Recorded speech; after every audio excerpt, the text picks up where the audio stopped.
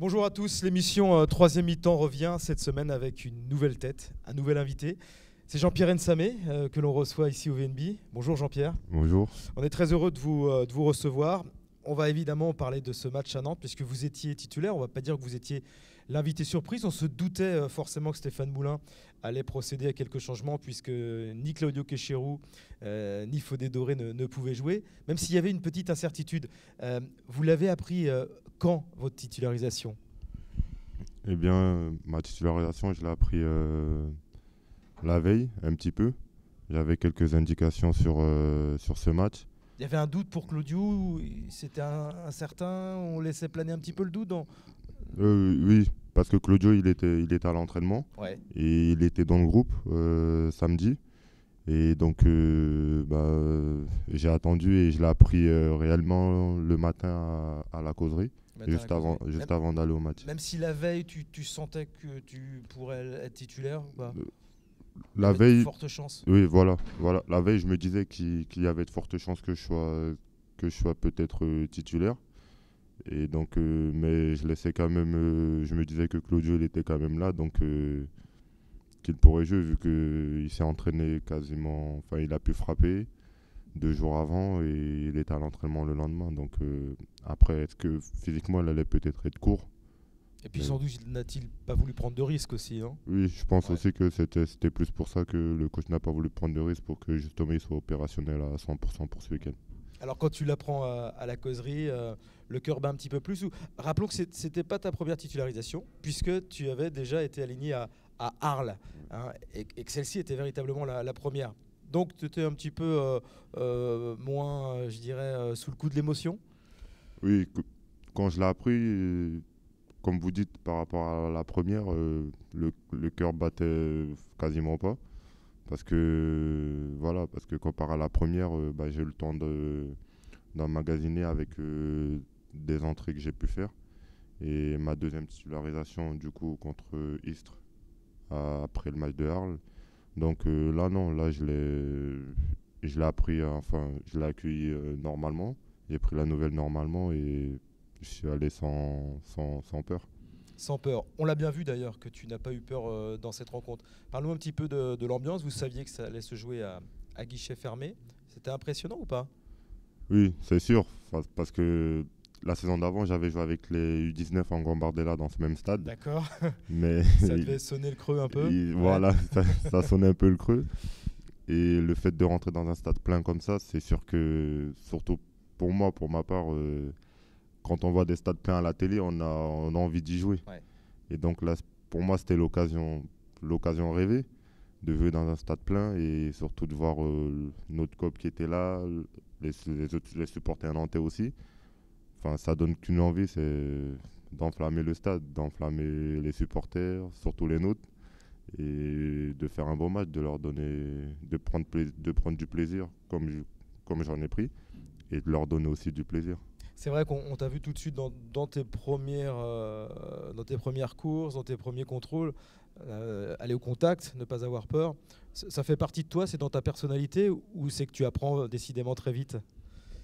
Ça fait partie de ma personnalité, le fait de prendre conscience des matchs, de prendre conscience de l'enjeu, mais de surtout pas mettre de pression. Ouais. Parce que j'ai confiance en moi, je sais ce que je suis capable de faire. Et aussi, j'ai beaucoup travaillé dans certains domaines qui me faisaient défaut, notamment les contacts, même si c'est vrai que physiquement, je suis... imposant, voilà. bébé, comme on dit, un 88, bien voilà. planté. Voilà, et donc il faut que je me serve de ça justement pour passer des paliers. Et donc, non, je vais dire, ça fait partie de ma personnalité sur le terrain parce que je suis exigeant. Je suis exigeant avec moi-même et après, en dehors, je suis une autre personne. On peut dire que j'ai une double personnalité, une sur le terrain et une en dehors. Oui, mais c'est comme beaucoup de joueurs, je pense. Et puis, il y a l'appui évidemment de tes coéquipiers, j'imagine. Hein. On connaît ce groupe parce qu'on reçoit les joueurs toutes les semaines ici. On sent qu'il se dégage quelque chose. Donc, évidemment, il y a l'appui des anciens, j'imagine, ou des moins anciens peut-être d'ailleurs, hein, mais de ceux qui ont un peu plus d'expérience. Voir les attaquants, comment ils t'ont aidé. Moi, les attaquants, c'est... En fait, dans l'équipe, je prends conseil de tout le monde. Ouais. Que ce soit de Greg jusqu'au jusqu'à Fodé. Mm. Et donc, je prends un peu des conseils de tout le monde, j'écoute tout le monde et j'essaie d'appliquer ce qu'ils me disent. Mais comme je suis un joueur offensif, donc je prends beaucoup les conseils chez les joueurs offensifs, surtout auprès de Claudio. Comme je vous ai dit, Claudio pour moi c'est un excellent joueur et on a une relation un peu particulière parce qu'on échange beaucoup. Il me prend sous son aile, il me guide et quand je fais quelque chose de bien, il me le dit. Et par contre, quand je fais quelque chose de moins bien, il me le dit aussi. C'est ça que j'apprécie beaucoup. Donc, on a échangé un peu, on a échangé avant le match, on a discuté dans les vestiaires. De quoi il te parle précisément? Qu'est-ce qu'il peut te donner comme conseil? C'est vraiment des conseils techniques? C'est plus dans l'approche psychologique? C'est des conseils techniques sur le terrain. Il me dit Mm. comment faire mes appels, comment me déplacer pour être encore plus dangereux. Comment, quand je suis dos au but, qu'est-ce qu'il faut faire, quand je suis loin du but, quand je suis proche du but. Ça, ce sont des petits détails qui font la différence parce que on n'a pas la même façon de jouer quand on est loin du but. Pour un attaquant, quand on est loin du but, on est un peu dans le jeu. Mm. Alors quand on arrive dans les 20 derniers mètres, là, il faut marquer. C'est là que ça joue, c'est C'est là qu'il là que faut ça marquer, joue, c'est et là que c'est- tu dois peut-être encore progresser, mais on en parlera tout à l'heure. Euh, Bien sûr, tu as préparé ce match-là, tu as étudié, tu savais à qui tu avais affaire, Gilo Boggi, Madouni. À chaque match, on essaie de. On se concentre que sur son jeu ou on s'intéresse un petit peu à celui de l'adversaire? Moi, pour moi, personnellement, je me concentre que sur mon jeu. Mm. Parce que je Gilo m'occupe. Boggi, pas Gilo Boggi, Voilà, Dilo qu'importe, Bodi, ouais. pas Dilo Ouais. Bodi, ça aurait pu être lui Ouais. qui aurait pu qui Mm. aurait débuté, ça aurait pu être quelqu'un d'autre. Mm. D'accord. Donc non, moi je fais pas attention à l'adversaire, je me concentre sur ce que moi je dois faire déjà pour l'équipe. Et ensuite, tout ce qui compte, c'est qu'on gagne. Donc Bon, mais vous n'avez pas gagné. On revient à ce match. Que de regrets encore, hein. Après Monaco, celui-ci,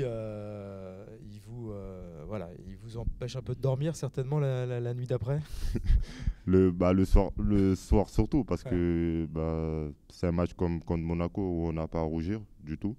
Parce que de ce qu'on a montré, c'est dans la continuité de ce qu'on fait. Et il faut encore chaque semaine recommencer, continuer à bosser.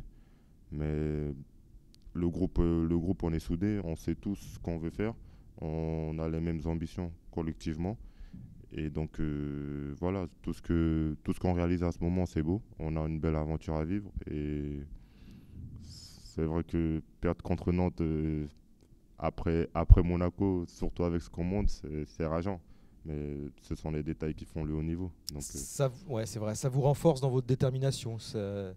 Pour l'instant, ça ne vous abat pas. Enfin, vous n'avez pas à l'aide d'ailleurs parce que vous êtes toujours perché en haut, même si Caen a pris la deuxième place et vous a rétrogradé un petit peu plus loin. Mais bon, vous êtes toujours dans le coup.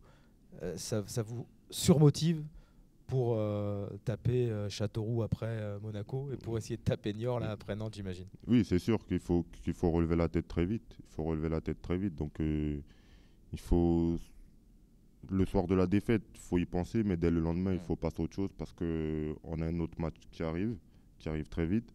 Et donc, comme je vous ai dit, on a une belle aventure à vivre, donc il ne faut pas la gâcher. Et donc, du coup, oui, c'est une source de motivation parce qu'on apprend de nos erreurs. Donc, on sait ce qu'on a bien fait contre Nantes, on sait ce qu'on a moins bien fait. Donc, il faut continuer à améliorer ce qu'on a bien fait et travailler ce qu'on a moins bien fait pour être encore plus performant dans le match d'avant. Sur ce match-là, toi, tu estimes avoir tout bien fait. Quels sont tes regrets peut-être sur certaines actions? De ne pas avoir marqué, Ouais. d'avoir un Il y avait peu. la possibilité, il y a deux frappes, deux, trois frappes. Oui, Première mi-temps, là, il y en a une sur le côté, effectivement. oui, c'est un peu. Je peux dire, c'est un peu l'âge de la jeunesse. On a envie Mm. de se précipiter parce Ouais. qu'on arrive devant le but et c'est un de mes défauts Ouais. qu'il faut que je travaille. Sentir les coups, ça aussi. Bien me déplacer devant le but. Ça, c'est justement, j'ai l'appui de Claudio et de Richard pour ça. Et donc, non, Parce que des buts, tu en marques. Quand tu joues en CFA2, quand tu joues en U19, parce que tu as sans doute pu y jouer beaucoup. Voilà, mais à ce plus haut niveau, c'est forcément plus compliqué. à ce plus haut niveau, il faut redoubler d'efforts. Il faut mettre Mm. les bouchées doubles. Il faut travailler encore plus dur. Parce que les défenseurs sont pas les mêmes. Ouais. Et ils sont plus forts. Donc, c'est à nous d'avoir le vice. D'avoir le vice, de se déplacer au bon moment, d'être coordonné. Et c'est sur des aspects comme ça qu'il faut que je progresse. Je le sais et j'en parlais avec le coach. Le coach, il me fait bosser. Il me fait bosser énormément dessus. Je bosse dessus aussi personnellement. Des fois après l'entraînement, je reste un petit peu plus pour travailler justement cette zone de finition qui est importante pour les attaquants. C'est bien. Ça va vite hein, dans ta jeune carrière pour l'instant. On va revenir là un petit peu sur qui tu es. Parce qu'il y a 2 ans, on te connaissait à peine. Tu es arrivé quand à Angers? Je suis arrivé en 2009, en 17 ans nation, avec le coach Richard Guyon. Et tu avais choisi Angers parce que donc, tu évoluais dans la région parisienne, hein, c'est ça Oui, hein à la GA Drancy, j'ai À évolué Drancy. à la GA Drancy avec un coach Guillaume Courteau qui m'a beaucoup aidé Mhm. pendant ces 1 an que j'ai passé auprès de lui. Et donc après, je suis arrivé à Angers. J'étais content d'être là, c'est une superbe ville. Et Parce que tu avais le choix. Hein. Il y avait oui, éventuellement il y avait Le éventuellement Mans, Châteauroux. Châteauroux plutôt. Ouais. Châteauroux qui m'avait proposé aussi un contrat d'1 an. Mais le coach Richard Guyon a su trouver les mots pour me faire venir à Angers. Et je suis très loin d'avoir regretté mon choix. Ah bah non, ouais, évidemment, tu dois ne surtout pas le regretter aujourd'hui. Comment ça se passe au départ intégration normale, U19, CFA2? Au départ, je suis arrivé en 17 ans 17 nation. ans d'abord, oui. Donc c'était un groupe, c'était un magnifique groupe. On avait une super bonne ambiance et avec un super coach. C'est Et donc, important ouais, ça d'avoir c'est un important. homme qui te fait confiance, Oui, surtout quand on est attaquant. ça c'est surtout quand on est attaquant. Et donc il m'a fait confiance tout de suite. Après, je pense aussi, j'ai su lui montrer qu'il pouvait avoir confiance en moi, que j'étais là pour travailler, pour progresser. Et bah, surtout pour atteindre mon objectif Qui est signé. qui est de signer Qui est pro. signé pro, bien sûr. Comme Et tous les gamins de 17 ans j'espère qui arrivent. Ouais. qu'il va arriver bientôt. Et donc ensuite, bah, cette première année, j'ai évolué pendant une partie de saison en 17 ans. Ensuite, la deuxième partie de saison, j'ai commencé à faire des matchs en 19 nations avec le coach Philippe Mao qui était là, Qui est parti à et Nantes. qui est parti à Nantes maintenant. Et donc après ça, j'ai fini ma première saison. C'était plus une saison d'apprentissage pour moi, je pense. Parce que pendant cette saison, j'ai beaucoup appris. J'ai beaucoup appris, notamment la nouvelle fonctionnement, nouvelle méthode de travail. Il fallait m'adapter, il fallait que je m'y adapte. On rentre petit à petit dans le monde professionnel. Voilà, on rentre petit à petit dans le monde professionnel. Il fallait que moi aussi, je sois professionnel de mon côté. Et donc, Parce qu'à côté, il y a les études qui se poursuivent. oui, Le centre. Le centre. Ouais. Et donc, Pas après, facile.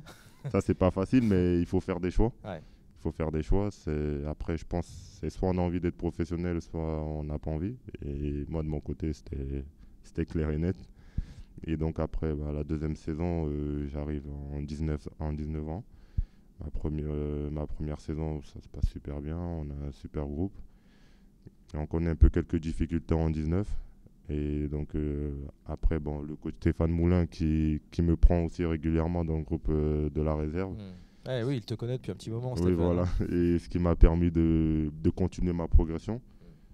Surtout bien travailler et de continuer à m'affirmer. Et donc, dans cette deuxième saison, j'ai commencé à évoluer, on va dire. J'ai commencé à évoluer. Et donc, j'ai commencé à franchir des caps. Et je le sentais. Et c'est vraiment cette troisième saison, l'année dernière, que j'ai senti tout le travail que j'ai fait pendant ces 2 ans-là. Et c'est ce qui m'a boosté à mettre encore les bouchées doubles pour les années à venir. Alors, première expérience en Ligue 2 l'année dernière avec une entrée à Metz déjà. Là, on se dit, ça y est, on commence à toucher du doigt, mais le chemin est encore long. Oui, moi je me dis dans ma tête que le chemin est encore très long, et que surtout c'est un chemin où il y a beaucoup d'obstacles. Ouais. Et surtout qu'il faut un travail acharné pour y arriver. Donc ma première à Metz, je m'y attendais pas du tout. Le coach il m'a appelé lundi pour m'annoncer que je vais m'entraîner avec le groupe professionnel et que peut-être que j'irai à Metz. Et donc je me suis entraîné avec eux pendant les 2-3 jours qui ont suivi. Ensuite, il m'a amené à Metz et pour moi, c'était quelque chose de beau. C'était quelque chose de beau. Et c'est surtout que quand on pense que c'est le même coach qui nous a pris dans le groupe de la réserve il y a 2 ans auparavant, sachant que je n'avais que 18 ans. Donc on se doute que le coach il nous connaît et je pense que c'est ça aujourd'hui qu'on a, nous, les jeunes, d'avoir cette chance d'avoir un coach qui nous connaît. C'est un message envoyé à tous les jeunes, en tout cas ceux qui sont passés dans les mains de Stéphane Moulin en se disant peut-être qu'on aura notre chance si bien sûr on travaille et si on a le niveau bien sûr. Et c'est pour ça qu'on pourrait peut-être être amené à voir un Bouffal ou un Yanis Dogo dans les prochaines semaines, dans les prochains mois. Oui, c'est possible. Je vais dire tout s'acquiert avec le travail. Avec le travail et je pense qu'aujourd'hui le club a une nouvelle physionomie, c'est de faire confiance aux jeunes, avec un coach qui fait confiance aux jeunes, qui le mérite. Et donc oui, je pense que les jeunes aujourd'hui, on a une carte à jouer et on peut se dire que maintenant tout est possible. Avec le travail, je pense que il n'y a pas de souci. Ah, le travail sur le terrain, alors en dehors on le disait, les études pas faciles, le bac raté de peu l'année dernière. Ouais. Parle-nous un petit peu, c'est vrai que concilier les deux, sauf si on est vraiment très très doué, c'est compliqué parce qu'on essaie de se donner à fond sur le terrain, donc forcément il y a vraiment une difficulté pour suivre à côté un cursus normal. Oui, moi pour l'avoir vécu, je pense que pour moi c'était difficile, mais c'est aussi parce que je suis un garçon, je sais que moi ce que je voulais c'était jouer au foot, donc j'étais beaucoup plus donné sur le terrain, mais oui, c'est difficile parce que quand on rentre de l'école le soir, on a l'entraînement. Ensuite, on doit faire nos leçons alors qu'on est fatigué. Des fois, les entraînements sont durs. C'est pas facile. Et le lendemain, on doit se réveiller à 8 heures pour repartir à l'école. Donc, c'est pas facile. À un moment, on fait un choix, clairement. Ouais. À un moment, moi, j'ai fait un choix. Je me suis dit moi, c'est le foot. Donc, je vais donner plus ma tête de ce côté-là, quitte à délaisser un petit peu le côté scolaire. Et donc, et voilà. Bon, il n'y a pas de regret pour l'instant. Il y en aura d'autant moins si, bien évidemment, tu signes ce contrat professionnel. On peut dire aujourd'hui que c'est bien parti, ou tu te dis, attention, j'ai encore rien montré, rien prouvé, même si je fais des apparitions, même si j'ai été titulaire à Nantes. Pour ma part, je m'occupe que du terrain. Je sais que le coach a confiance en moi. Je sais que mon club, ils ont confiance en moi. Donc, non, je suis dans une logique de travailler. Le chemin est encore long parce que je suis loin de me dire que c'est arrivé. C'est long, mais en même temps, c'est une année charnière. Là. Enfin, cette saison, elle est cruciale. Oui. Si ça ne se joue pas en fin de saison, s'il n'y a pas de proposition. Après, la fin de saison, elle est encore longue. Oui. Elle est encore très loin. Donc, non, moi, pour le moment, je suis dans mon club, je travaille et le reste viendra. Le reste viendra. Ouais. Le reste viendra. Pas d'agent pour aujourd'hui, tu n'as pas envie de te polluer un petit peu avec ça? Non. Qui est-ce qui s'occupe des intérêts? C'est papa? Papa est derrière moi toujours depuis le début. Donc non, comme vous dites, j'ai pas envie de me polluer avec ça parce que pour moi, ce qui compte, c'est ce que je fais sur le terrain. Ce qui est en dehors, j'ai envie de dire, je m'en occupe pas. Je m'en occupe pas parce que quand on est joueur de foot, tout ce qu'on doit s'occuper, c'est le terrain. Et donc, moi, comme je vous ai dit, je suis exigeant avec moi-même. Donc, non, je me pollue pas avec ça. Bon, ça va rentrer là. Richard Soucrier, on l'a vu, a fait une rentrée intéressante à Nantes. Claudio Queiroz a soigné son genou. Fodé Doré revient de suspension. Voilà, ça veut dire que tu te mets aussi dans la tête que des titularisations, tu n'es peut-être pas prêt d'en retrouver. Ils ont plus d'expérience. Ouais. Donc, je pense que c'est avec des joueurs comme ça qu'on pourra aller loin. Après, moi, pour moi, c'est que du bonus, ce que je vis. Donc, non, je me pose pas plus de questions que ça. Ouais. S'ils sont là, ça veut dire qu'ils sont opérationnels ou meilleurs. Ou tu essaies, toi, de montrer à Stéphane Moulin que tu peux être à leur niveau? Moi, j'essaye surtout de montrer que je peux être à leur niveau et que quoi qu'il arrive, je continuerai à travailler, quoi qu'il arrive. Parce que je suis comme ça et c'est ma mentalité. Mais c'est surtout moi, j'apprends au quotidien auprès d'eux. Et donc, ce qui me permet, moi, de progresser. Et après, voilà, je sais que mon heure viendra et qu'à ce moment-là, je serai prêt. Les origines, c'est le Cameroun, parce que tu es arrivé en France à quel âge? Je suis arrivé en France à 7 ans, D'accord. en 2000. Et donc, depuis, je suis ici. Tu y retournes un peu au Cameroun. Tes premiers souvenirs de ballon, ils sont là-bas? Oui, mes premiers souvenirs de ballon, ils sont là-bas. Pas très longtemps, Mhm.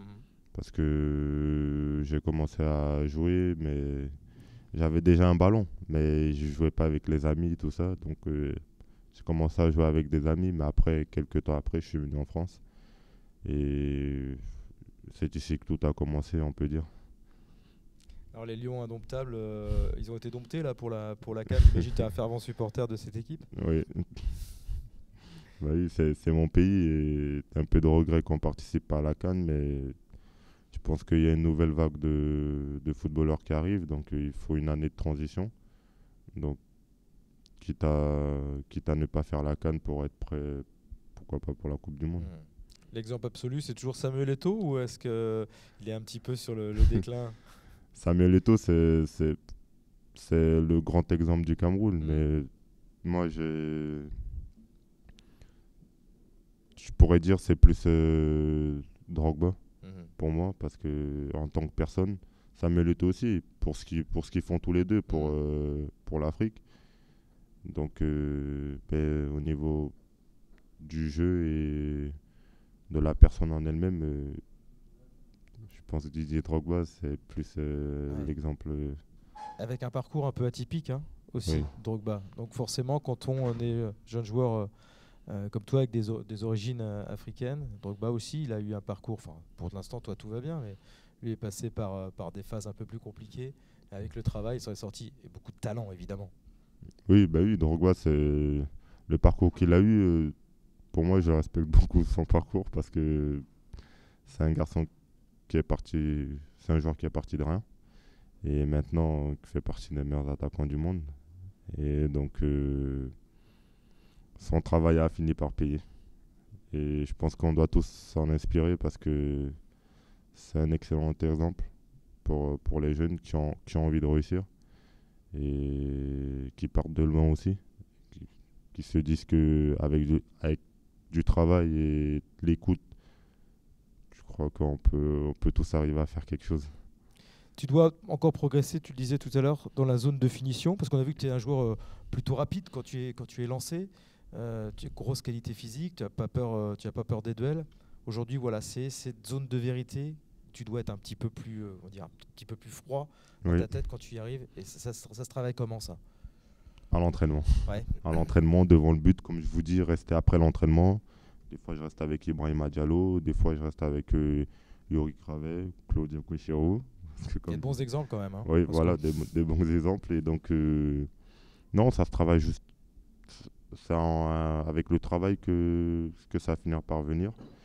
Et donc, déjà, je suis assez content parce que au fur et à mesure des matchs, j'arrive à me créer des occasions, ce qui n'était pas évident au tout début. Mais maintenant, oui, c'est cette zone de finition-là, avoir le bon déplacement au bon moment, savoir garder son sang-froid, tout ça. Mais ça, je me fais pas de soucis. J'ai des bons exemples à côté, donc je vais finir par l'avoir, ce petit déclic, et je pense qu'au moment où je l'aurai, Ça peut changer beaucoup de choses. Marquer un but en Ligue 2. bah oui, Ouais. déjà, si on marque un but en Ligue 2 et qu'on gagne, on est content d'avoir les 3 points pour l'équipe et pour le club. Et ensuite, je pense que pour moi, déjà, ma première passe décisive que j'ai faite à Lens, c'était quelque chose de beau. Parce que Lens Bollard, avec le public Mm. qu'ils ont, c'était vraiment extraordinaire. Et d'autant plus qu'on avait gagné, donc c'était encore plus beau. Et donc j'espère, mais je le sais, que mon premier but il viendra. Et j'espère que ça sera un match qu'on va gagner.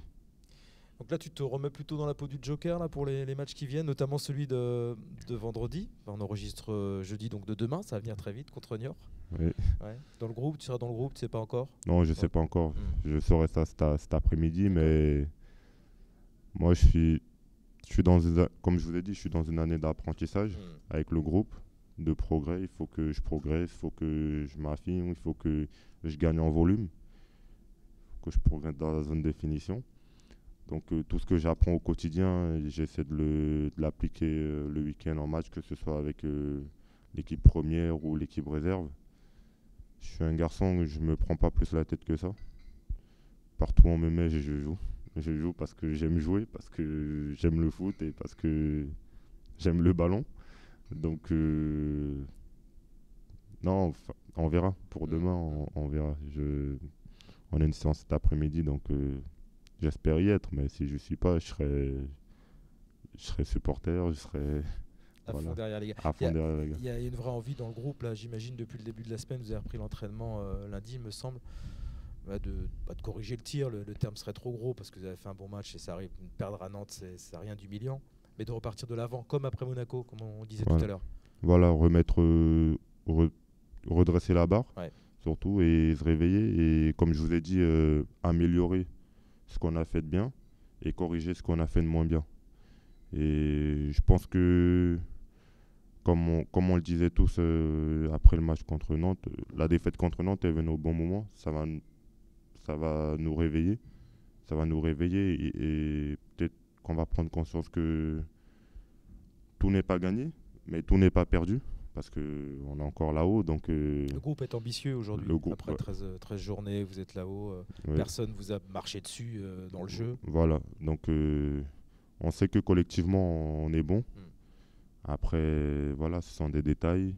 Comme je vous ai dit, des détails qui font le haut niveau. Donc, et comme on a l'ambition d'aller au niveau, donc il faut corriger ces petits détails-là pour être encore plus performant, notamment dès demain contre Niort, avec une victoire à la maison. Ça permet de nous relancer. Dans la vie de tous les jours, quand on a à peine 20 ans, tu as encore 19 ans, on a compris que tu te consacrais, entièrement, voire uniquement au football. Donc tu regardes beaucoup de foot à la télé, j'imagine ? Oui, j'en regarde tout le temps chez moi. Et tu regardes les attaquants ? Je regarde beaucoup les attaquants. Tu as toujours joué attaquant d'ailleurs, non ? Je suis un joueur à vocation offensive. J'ai un peu évolué dans tous les postes offensifs, ce qui m'a permis de ne pas que être un attaquant. Je peux être aussi un joueur de couloir, un ailier. Donc, notamment où j'ai une préférence beaucoup sur le côté gauche. D'accord. Quand j'y vais dessus, c'est là que tu te sens mieux. C'est le premier poste auquel j'ai joué. Okay. J'ai joué ailier gauche. On l'a vu à Nantes avec ce débordement, ce bon centre là. Enfin, il aurait pu être encore meilleur, mais il était pas mal, il partait bien. Donc tu es à l'aise aussi du pied gauche, pas forcément pour rentrer sur le pied droit. Oui, je peux déborder, je peux centrer du pied gauche et je peux rentrer dans l'axe aussi. Mais oui, c'est vrai que chez moi, le foot, c'est tout le temps. C'est toute ta vie. C'est tout le temps, tout le temps. Après, bon, je me consacre au foot, mais j'ai ma famille, j'ai mes amis, donc j'essaie de leur accorder aussi beaucoup de temps parce qu'ils sont importants pour moi. La famille qui est restée sur Paris ? Oui. Dans la région parisienne ? Oui, et donc, mais je les ai régulièrement au téléphone, j'échange beaucoup avec eux parce que j'ai besoin aussi de sentir qu'ils sont derrière moi, même si je sais qu'ils le sont. Après, j'ai mes amis proches que je vois beaucoup sur Angers, qui habitent pas trop loin de chez moi et avec qui je passe beaucoup de temps aussi. Ce sont vraiment des amis intimes. Et donc, je suis bien entouré, et mon environnement il est sain et je suis comme un poisson dans l'eau. Bon, c'est super. Alors, il reste deux choses. Il y a le permis à passer, c'est ça, quand on a 19 ans, pour être un petit peu plus autonome. C'est normal. Pour pas que les copains viennent te chercher pour aller à l'entraînement. Mais bon, pendant que vous êtes dans la voiture, vous pouvez discuter aussi. Oui. Et puis, notamment, je discute beaucoup avec Olivier Auriac. C'est mon papa. C'est le papa Olivier. Oui, c'est mon papa Olivier Auriac. Donc, non, mais c'est vrai que j'ai la chance d'être un jeune qui est très bien entouré dans le groupe professionnel par les pros. Je pense très bien accueilli aussi. Oui, mais c'est parce que sans doute tu le rends aussi. C'est chose, tu es à l'écoute, donc c'est plus facile de donner des conseils à quelqu'un qui sait les recevoir. Voilà, c'est donc. Mais je prends toujours des conseils. Des fois, il peut arriver qu'un jour ça va pas. Je vais être dans la voiture avec mon papa Olivier. Et on va discuter, on va parler, il va me conseiller. Et depuis le début, depuis le stage, il m'a pris avec lui. Et donc, il m'a toujours parlé, il m'a toujours conseillé, il m'a dit reste dans ta bulle, Reste dans ton coin, écoute pas ce qui se dit, fais pas attention, continue à travailler, continue à progresser. Et le fait de l'avoir, lui, Claudio, Fodé, aussi bien comme Martin Fall, qui est mon papa aussi, j'ai beaucoup de papas dans l'équipe, Martin Fall qui est mon papa aussi, Max Zoro, le fait de les avoir autour de moi et moi d'être dans une optique de travail, ça me permet au cas où il y aura un débordement, même si je sais qu'il n'y en aura pas, je sais qu'ils seront là pour me redresser, pour me recadrer. T'es un peu le chouchou, dis donc. Je pense, mais non, mais c'est vrai, mais c'est important pour un jeune d'être bien encadré par des joueurs comme ça. Mais bon, Claudio, ça reste celui avec qui je parle le plus. C'est les affinités d'attaquants. Et puis évidemment, la signature, donc ça ne te hante pas trop l'esprit. On a bien compris que tu étais un garçon raisonnable qui sait que tu dois travailler. Mais tu sais qu'en fin de saison, voilà, ça doit être le passage obligé. Oui. Les discussions n'ont pas commencé encore, c'est trop tôt. Puis non, voilà, c'est trop tôt parce que j'ai envie de dire, on n'a que fait un quart du championnat. Donc la trêve hivernale, elle va arriver. Peut-être que ça commencera là, je ne sais pas. Mais oui, j'y pense pas parce que je sais qu'avec le travail, si je continue sur cette lancée, je sais que ça viendra. J'espère que ça viendra avec mon club formateur parce que j'ai envie de lui rendre ce qu'il m'a donné et j'ai envie de rendre la confiance qu'ils ont placée en moi. Et donc, non. Bon, on se fait pas de soucis pour toi en tout cas. C'est tout ce qu'on souhaite parce que c'est une belle rencontre, voilà, avec un jeune de 19 ans, la tête sur les épaules, mais comme beaucoup de joueurs d'ailleurs dans l'effectif en juin. Et c'est aussi sans doute une des raisons pourquoi ce groupe réussit, je pense. Merci, bon match demain, si tu joues pas, tu seras dans les tribunes, mais je pense que tu peux amener ta pierre à l'édifice éventuellement, débloquer la situation fin de rencontre, et puis ce premier but qu'on fêtera. J'espère qu'on pourra le fêter demain ou dans les prochains matchs à venir. Merci beaucoup Jean-Pierre. Merci à vous. Bon vent à toi. Merci.